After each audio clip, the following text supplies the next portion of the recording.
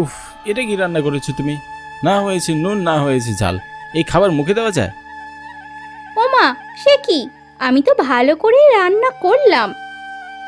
রান্না যে করেছিলে নিজে আদৌ সেটা চেখে দেখেছো? তা কি করে হয়? তুমি না খেলে আমি কি করে মুখে দিই? ওরে আমার স্বামী ভক্ত রে, এসব একপাশে রেখে দয়া করে রান্নাটা ভালো করে করো। চেখে দেখার মানে এই না যে পাত বেড়ে খাওয়া। সামান্য চামচ করে একটু মুখে দিলেই তো বোঝা যায় যে রুন হয়েছে কিনা। আচ্ছা আচ্ছা, ঠিক আছে, তুমি বসো, আমি নুন আর লঙ্কা নিয়ে আসছি। হ্যাঁ তাই করো, আর তাড়াতাড়ি যাও, দেরি হয়ে যাচ্ছে আমার।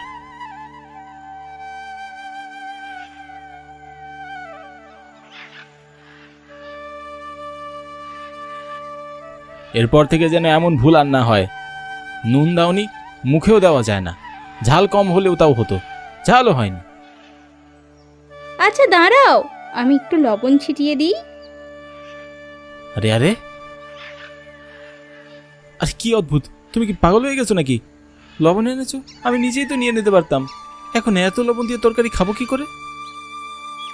আলুর তরকারিতে লবণ একটু বেশিই লাগে, দেখো, খেতে পারবে।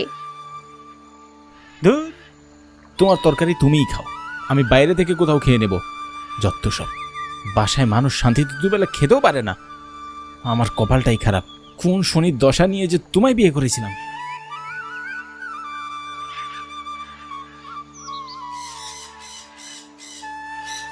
আরে, অন্তত খালি রুটি খেলেও খেয়ে যাও। আমার হয়েছে যত জ্বালা, প্রতিদিন রান্না করব আর সে খুদ ধরবে। আরে বাবা, আমি কি আগে কখনো রান্না বান্না করেছি নাকি? একটু হাতে তো ভুল হতেই পারে।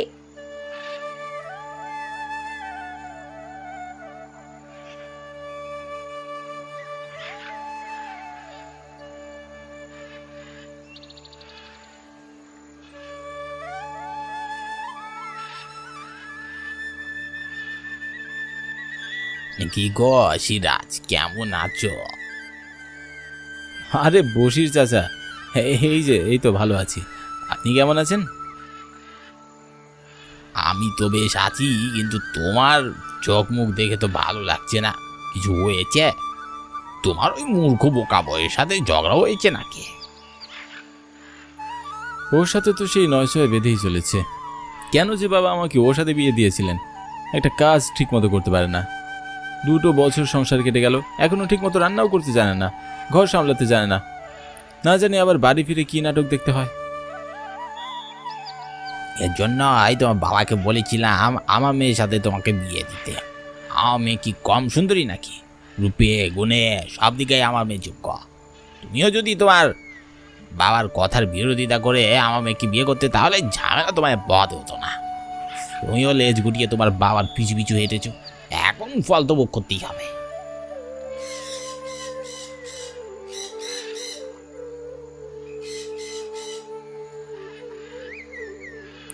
সবই আমার কপালের দোষ চাচা, কপালের দোষ। তবে সিরাজ, তুমি কিন্তু এখনো দেখতে সেরকম যুবকই রয়ে গেছো। তুমি চাইলে জীবনকে দ্বিতীয় একটা সুযোগ দিতেই পারো। মানে আমি ঠিক বুঝলাম না চাচা, কি বলছেন আপনি? দেখো, তুমি কিন্তু চাইলেই তোমার এই বউকে ছেড়ে আমার মেয়েকে বিয়ে করতে পারো। আমাদের তো এতে কোনো আপত্তি নেই। আমরা তো জানি তোমার বউ কীরকম, তাই তুমি তোমার বউকে ছেড়ে দিলে আমরা কিছুই মনে করবো না। তাছাড়া পুরুষ মানুষের জীবনে বউ চলে গেলে বউ পাওয়া যায়, সে বড় কথা নয়। অনেকেই এক বউ থাকতে 2-3টেও বিয়ে করে।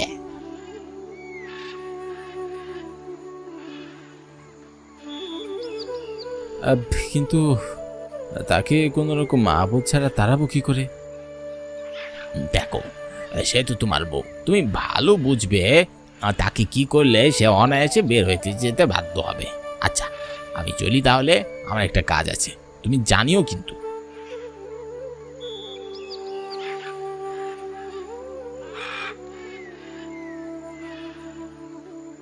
বশির চাচা যেগুলো বললেন সেগুলো তো মন্দ নয়। এভাবে একটা চেষ্টা করে দেখাই যায়। আসলেই তো, মেয়েটার সাথে থাকতে থাকতে আমি অতিষ্ঠ হয়ে গেছি। আমিও কি আর 5 জনের মতো সুন্দর জীবন কাটাতে পারি না? যে করেই হোক ওকে আমার বিদায় করতেই হবে।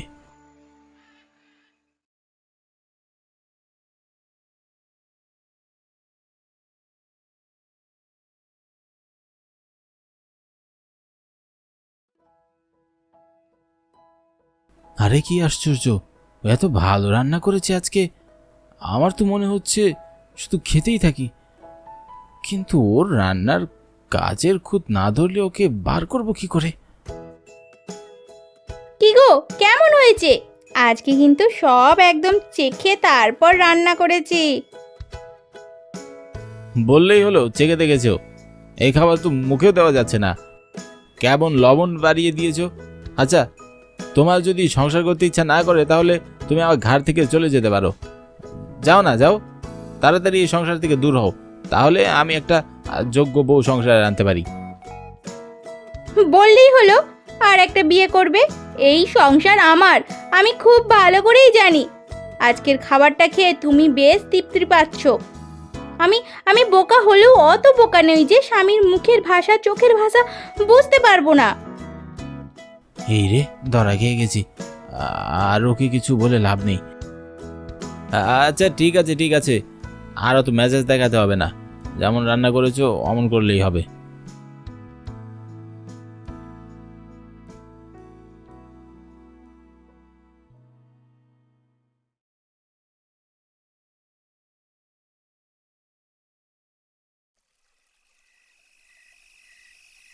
কি গো বাবা সিরাজ, আজ কতদিন হয়ে গেল, তুমি তো কিছু জানালেও না।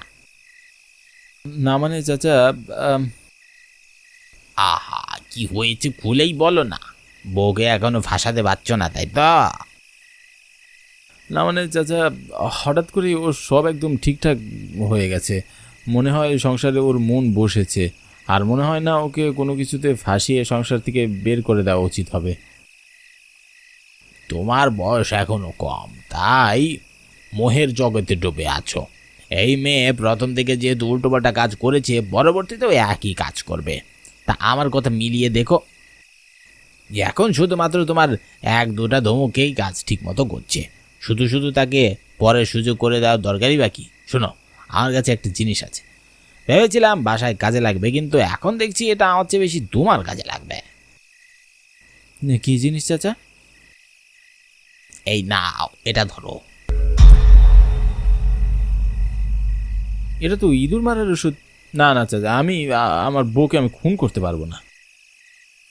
আহা, আমি কি তোমায় খুন করতে বলেছি নাকি? সে যখন তোমার পাতে খাবার ছেড়ে দিবে, তখন তুমি ওর চোখের অগোচরে তোমার পাতে বিষ মিশিয়ে নেবে। তারপর উঠোনে থাকা কাকপক্ষীদের দিকে ভাত ছিটিয়ে দেবে। ওরা নিশ্চয়ই সেই ভাত খেয়ে সাথে সাথে মরে যাবে। তখনই তুমি তোমার বউয়ের দিকে এই আঙ্গুল তুলবে। কিন্তু চাচা, আর কোনো কিন্তু নয়। দেখো, আমার মেয়েকে বিয়ে করলে আমার মেয়ের সব সম্পত্তি তুমি পাবে, আর এই সুযোগ হাতছাড়া করো না।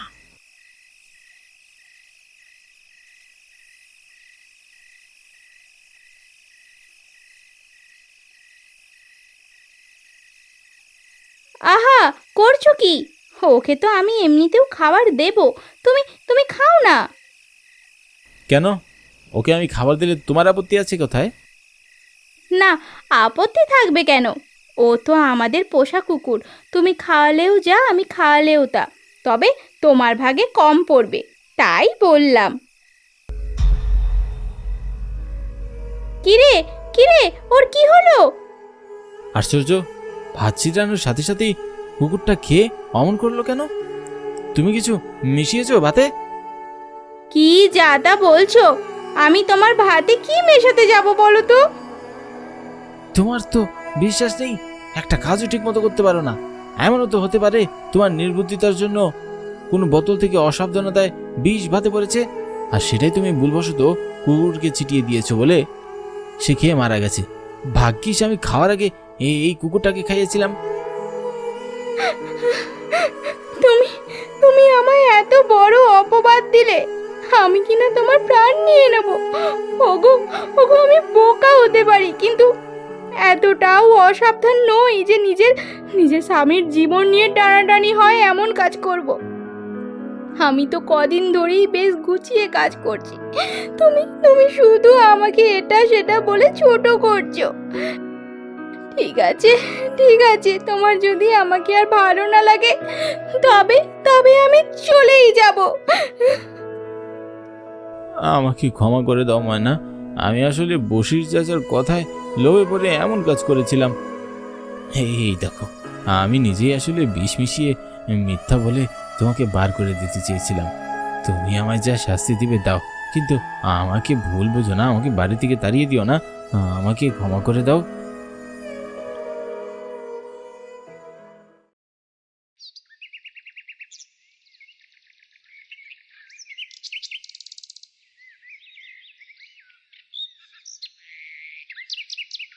কি হয়েছে তোমার?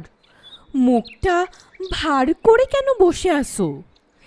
আমার বাবার চিঠি এলেই তুমি মুখ ঘোমরা করে রাখো। আমারও তো ইচ্ছে করে দুটো দিন বাপের ভিটায় গিয়ে হাত পা ছড়িয়ে থাকতে।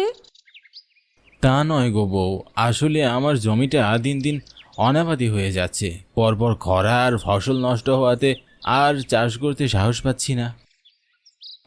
কিন্তু আমাদের তো এই এক টুকরো জমিই ভরসা। চাষ না করলে আমরা খাবো কি? চলবই বা কেমন করে? জমানো যা ছিল সবই তো প্রায় শেষ। এখন যে বীজ কিনবো, জমি তৈরি করব, সে টাকাও নেই। বলছি, আমি কি আমার বাবার কাছে কিছু টাকা চেয়ে একটা চিঠি লিখে দিব? না না বউ, আমি গরিব হতে পারি, কিন্তু শ্বশুরের থেকে টাকা নিতে পারবো না। দরকার পড়লে মহাজনের কাছে যাব, তবু এমন কথা মাথাতেও আনবো না। অমন করে বলছো কেন গো? আমার বাবা কি আমাদের কেউ না? আপন জনেরাই তো বিপদে পাশে থাকে। আমি অত শত বুঝি না বাবু, আমি ক্ষেত থেকে ঘুরে আসি, তুমি দুটো ভাত ফুটিয়ে রেখো। ভাত তো ফুটাবো, কিন্তু কাঠ পাবো কোথায়? ঘরে একটুও কাঠ নেই। যদি পারো ফেরার সময় কাঠ নিয়ে এসো। ঠিক আছে, আনবো। সব কাঠ শেষ হলো এত তাড়াতাড়ি? হ্যাঁ গো, আসলে কিছু কাঠ দিয়ে রান্না করেছি, আর বাকি কাঠ আমি চিবিয়ে চিবিয়ে খেয়ে নিয়েছি। আহ, কাঠ খেতে ভারী মজা গো। ও কি কথা গো, তোমাকে কি পেতনিতে পেলো বউ? না মানে, মানুষই তো আর কাঠ খায় না। পেট নিতে কেন পাবে? তুমিই তো বললে মানুষে কাঠ খায় না। দুবেলা রান্না করি, কাঠ কেমন করে থাকে বলো তো? যাও, আর কাঠ নিয়েই ফিরবে কিন্তু। ঠিক আছে ঠিক আছে, বাপ রে বাপ, এত ঘুরিয়ে পেঁচিয়ে কথা কেন যে বলো তুমি।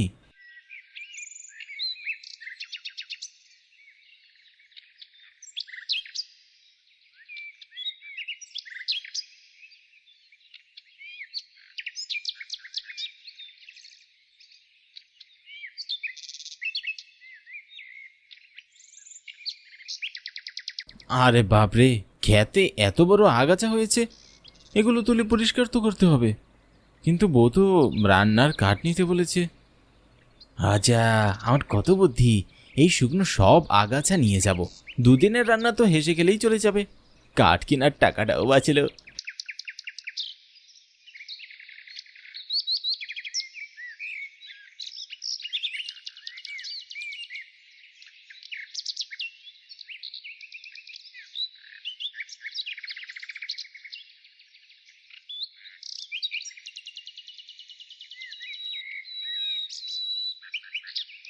যাক বাবা, আমার সব কাজ শেষ। কিন্তু এবার জমিতে কি চাষ করব? চাষ না করলেই বা আমরা কি খাবো? মহাজনের থেকে টাকা ধার নেব, কিন্তু ধারের টাকা সময় মতো দিতে না পারলে তো মহাজন আমার বাড়ি জমি সব কেড়ে নেবে। কি করব এবার?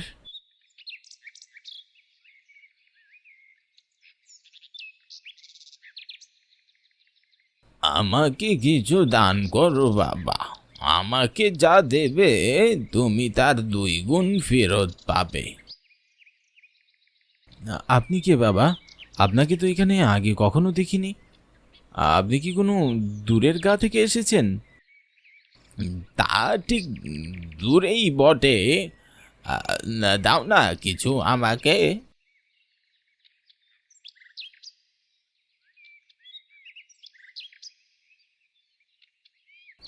আমার কাছে কাঠ কেনার জন্য সামান্য এই কটা টাকাই ছিল, আপনি এগুলো নিয়ে যান। বৃদ্ধ মানুষ আপনি, এই শরীরে আর দাঁড়ে দাঁড়ে কত ঘুরবেন, এতে দু একটা দিন আপনার খাবারও জুটে যাবে।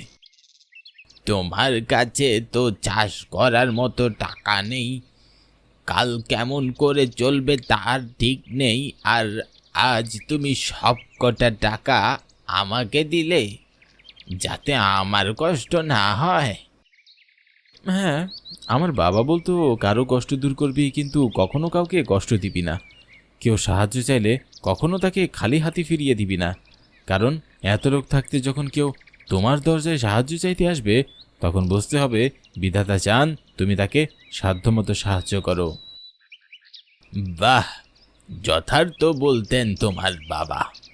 তা বাবা, তোমার কপালে চিন্তার ভাঁজ কেন? কি হয়েছে? আসলে পরপর 2 বছর খরাতে জমির ধান নষ্ট হয়ে গেছে, ঘরেও কোনো টাকা নেই, এদিকে কি চাষ করব জানি না, কিন্তু চাষ না করলে আমাদের চলবে কেমন করে? তুমি আমাকে সাহায্য করেছ, তাই আমার উচিত প্রতিদানে তোমাকে কিছু দেওয়া, নয়তো এই সাহায্য আমার গ্রহণ করতে কষ্ট হবে। আমি যা বলবো তুমি কি তা শুনবে? নিশ্চয়ই শুনবো, বলুন না কি করতে হবে। তুমি এবার মরিচ চাষ করো, মরিচ চাষ তোমার ভাগ্য বদলে দেবে। কিন্তু এমন মৌসুমে মরিচ হবে কেমন করে? বিশেষ উপায়ে বীজ তৈরি করলে নিশ্চয়ই তুমি ভালো ফল পাবে। কি সেই বিশেষ উপায়টা? সোনা ভেজানো জলে মরিচের বীজ ভিজিয়ে রাখতে হবে, তারপর অঙ্কুর বের হলে সেই অঙ্কুর তোমার জমিতে ছিটিয়ে দেবে। তবে সাবধান, যতই বিপদ আসুক মরিচ গাছের ফুল কখনো ছিঁড়বে না। ঠিক আছে বাবা, আমি আপনার কথা মনে রাখবো। সুখী হও, বিদায়।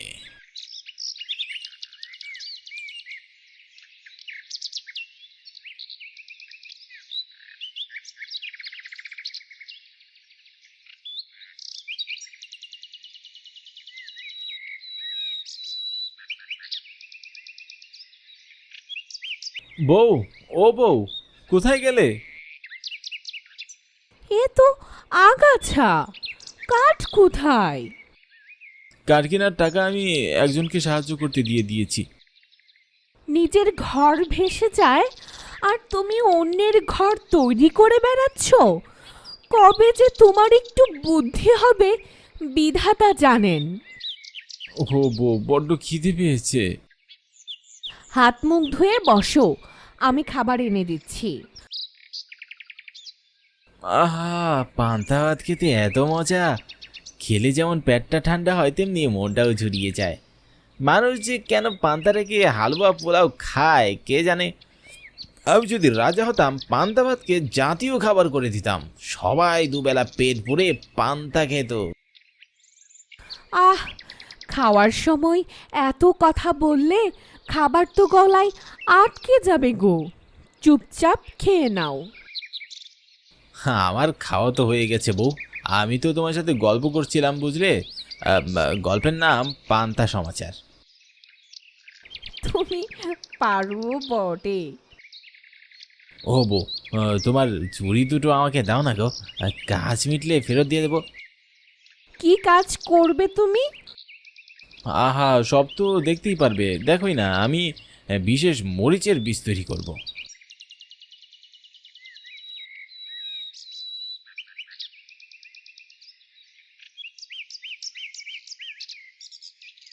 আরে বাপরে, কি ভালো মরিচের অঙ্কুর বেরোয়েছে। না না, আর দেরি করা মোটেও ঠিক হবে না, যাই দ্রুত এগুলো খেতে ছড়িয়ে দিয়ে আসি।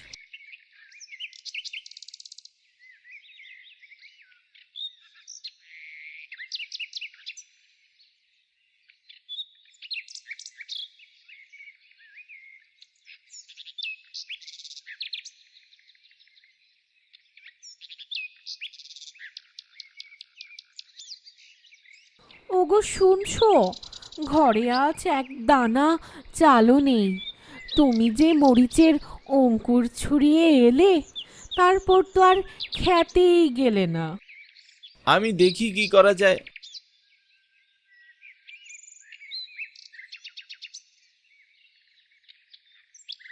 এ আমি কি দেখছি, সাদা মরিচ ফুলের জায়গায় এ যেন রূপোর মরিচ ফুল। ঘরে তো চাল নেই, একটা রূপোর ফুল তুলে বাজারে বিক্রি করব? না না, বৃদ্ধ বাবা তো আমাকে মানা করেছিল। আজকের দিনটা না হয় পানি দিয়েই চালিয়ে নেব। কদিন পর মরিচ পেলে সব দুঃখ ঘুচে যাবে।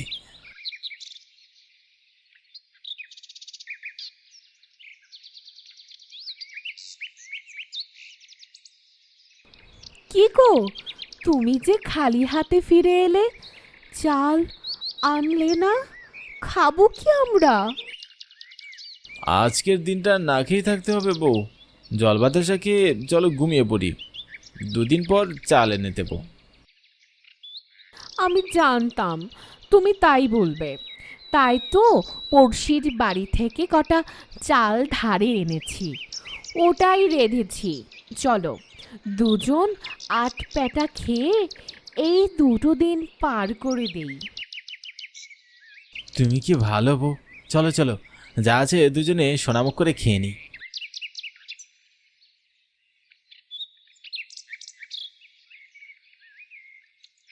আরে বাপরে, এত সোনার মরিচ! হ্যাঁ, এগুলো তো সব তুলে ফেলি, কিছু বাজারে বিক্রি করব আর বাকিগুলো যত্ন সহকারে গুছিয়ে রেখে দেব।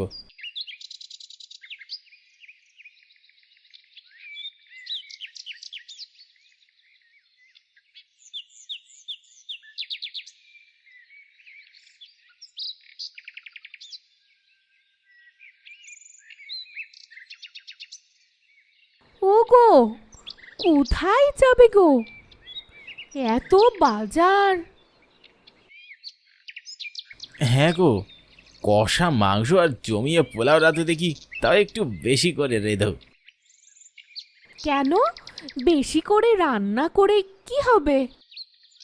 তোমার বাবাকে আনতে লোক পাঠিয়েছি বউ, উনি এই এলেন বলে। তুমিও না, খুব ভালো।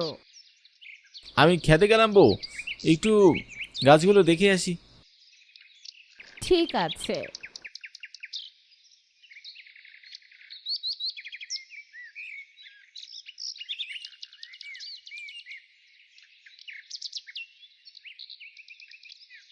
বাহ, এ তো বেশ মজা। সব মরিচ তুলে নিলাম, আর কিছুক্ষণ পরেই গাছ ফুলে ভরে যাবে।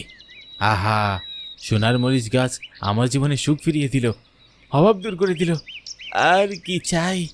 যাই, ঘরে যাই, এবার জমিয়ে খাবার খাবো।